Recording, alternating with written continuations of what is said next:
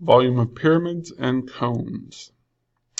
Alright, so pyramids and cones are very similar to our prisms and cylinders. Alright, but instead of having straight sides, they come to a point. Right, the base will be the same as a rectangular prism, but it'll come to the point instead of coming straight up to another base. Alright, and the way this changes our formulas is only in adding this 1/3. Okay, so the fact that it's slanted and it comes to a point where there's basically no volume at the top is taking out 2/3 of our volume. Okay, it's important that you remember that 1/3 because a lot of people think, oh, well, it's coming up to a point. This is, the full cylinder. This is just nothing, so it should be a half. That's not the case because we're talking about 2 dimensions, right? We're talking about a base coming all the way up. So remember, pyramids, cones have 1/3 of the volume of a normal prism or cylinder. Okay. Other than that, the formula for the bases is all the same, right? And I have square pyramid in here, but really it's the same as a rectangular pyramid.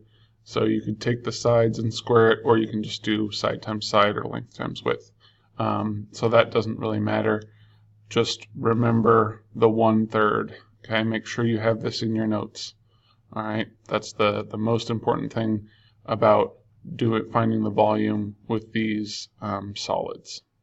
All right, so concept 1 is finding the volume of the pyramids and cones, and as I said before, the only difference is that you're going to divide that volume by 3 or multiply it by 1/3.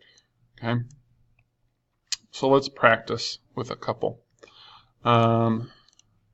So I've got my rectangular pyramid, right? The base is a rectangle. It's got 4 different sides. And so my formula is going to be the volume equals length times width times my big height times 1/3. Okay? Or divided by 3. However you want to do it. Maybe we'll actually start with that. Since if you're doing this on a calculator, you're probably going to be dividing by 3. Okay? Has the same effect. All right? So we'll do that. Our length is, let's say this length is 10. Our width is going to be 8. And then our height right here in the middle is 6. One important thing to note when you're dealing with pyramids is sometimes you'll be given or you'll be shown what's called a slant height, which is basically the height kind of down the side of the pyramid. And that is different from this height, right? The height that we're looking at needs to be from the very center to the very top, right? It needs to be the total height. A slant height is not something that we'll be using. All right, it can be used in a way when you're dealing with a triangular pyramid, and we'll look at that in a second. But for the most part, we won't be using the slant height. All right, so I've got my formula, and I've got my values, and let's just multiply it. 10 times 8 times, and one thing, oops, I don't know why I have 6 down there. One thing I sometimes do is, because once I have this divided by 3 or multiplied by 1/3, it doesn't matter if I do that to the total volume or just one of the lengths. So I could say I've got my 8 times 10, and then I could do my 3 divided by 6. And say that instead of multiplying by 6 and dividing by 3, I'm just going to multiply by 2 and not worry about dividing by 3. It'll work the same, right? And we can do that. So times 6 equals 480 divided by 3, 160, or 10 times 8 times 2, 160. Okay, so either way, you can do that. You'll just want to be careful that you only do that for pyramids or triangular pyramids, because cones can get a little trickier because you're squaring that value. Okay, you're squaring that radius. All right, so we've got our volume here, so this should be cubic inches or inches cubed, and that's it. That's our volume for our rectangular pyramid. All right, now we'll look at this one. So triangular pyramids, I think, are probably the most difficult, because remember, we've got that triangle base. Okay, so we've got the volume is equal to our big base, which the base of a triangle, or the area of a triangle, is 1/2 little base times little height, right? And then we're multiplying it by the total height, this one, the 17 of our figure, and then we've got to multiply that by 1/3. Okay, so we've got our little base times our little height times our big height, but then we're multiplying it by 1/2 and multiplying it by 1/3.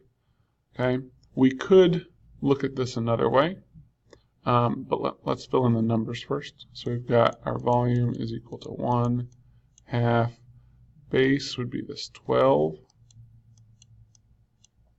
times our little height, which is going to be that height of the triangle, which is 10,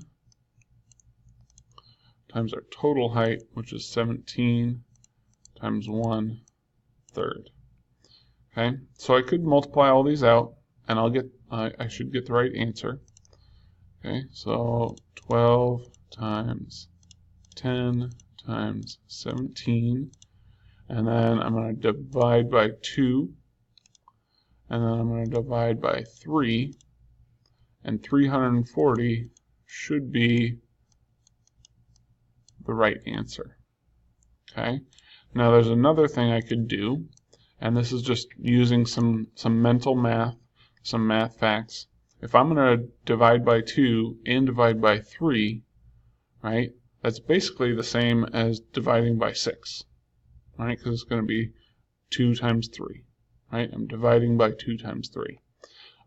If I'm going to divide by 6, 12 times 10 times 17 divided by 6, well, what I can actually do is just do that for one of these numbers that happens to work out nicely, right? I could say, oh, well, I know that 12 is twice 6, so I'm just going to cross that out, and have 2 left.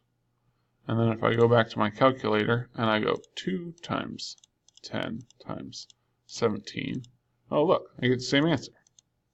Okay, so there are some shortcuts you can use, but only use them if you're comfortable. Okay, if you want to just go through and multiply all these numbers out, that's totally fine. There's no problem doing it that way. Okay, and now the last one, and probably the one that takes the most time a lot of the time, or the one that trips people up, is going to be our cone. So that is going to have that 1/3. Actually, I've been leaving it till the end, so let's do that. So we'll start with our big base, right? Our big base for our circle is going to be pi times the radius squared, and then we're multiplying it by the total height. Okay, and then we're taking 1/3 of that, multiplying it by 1/3.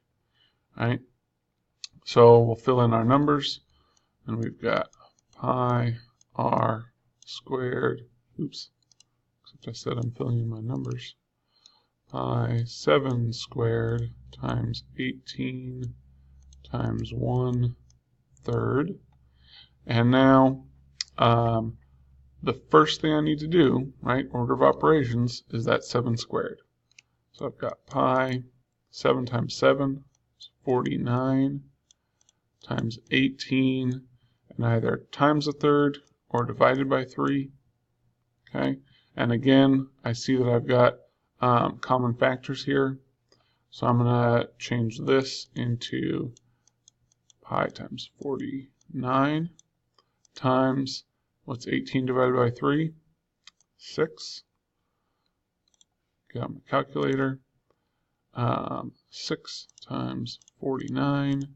So I have either 294 times pi or times 3.14, if I'm rounding it to the nearest tenth, 923 point, I think it was 2, yeah, 16, rounds to 2, and this would be cubic units or whatever we're working